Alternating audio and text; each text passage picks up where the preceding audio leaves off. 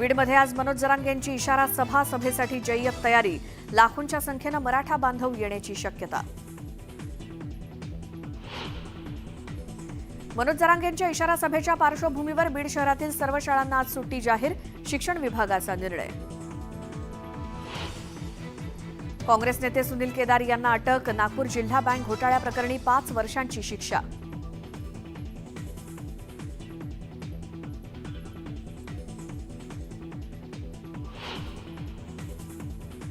राज्यात कोरोना रुग्णसंख्येत चौपट वाढ. महिन्याभरात 102 रुग्णांची नोंद.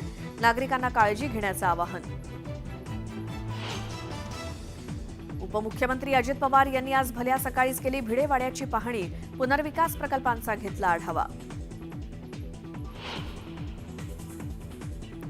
नववर्षाचं स्वागत करताना नियम पाळा. दारू पिऊन गाडी चालवल्यास थेट कोठडीची हवा खावी लागणार.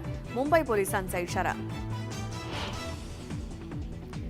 नाताळच्या पार्श्वभूमीवर मुंबई पुणे एक्सप्रेसवेवर अवजड वाहनांना बंदी. आजपासून सोमवारी दुपारी 12 वाजेपर्यंत अवजड वाहनांना प्रवेश नाही. देखभाल दुरुस्तीच्या कामासाठी मध्य आणि हार्बर रेल्वे मार्गावर रविवारी ब्लॉक, तर पश्चिम रेल्वेवर आज रात्रकालीन ब्लॉक.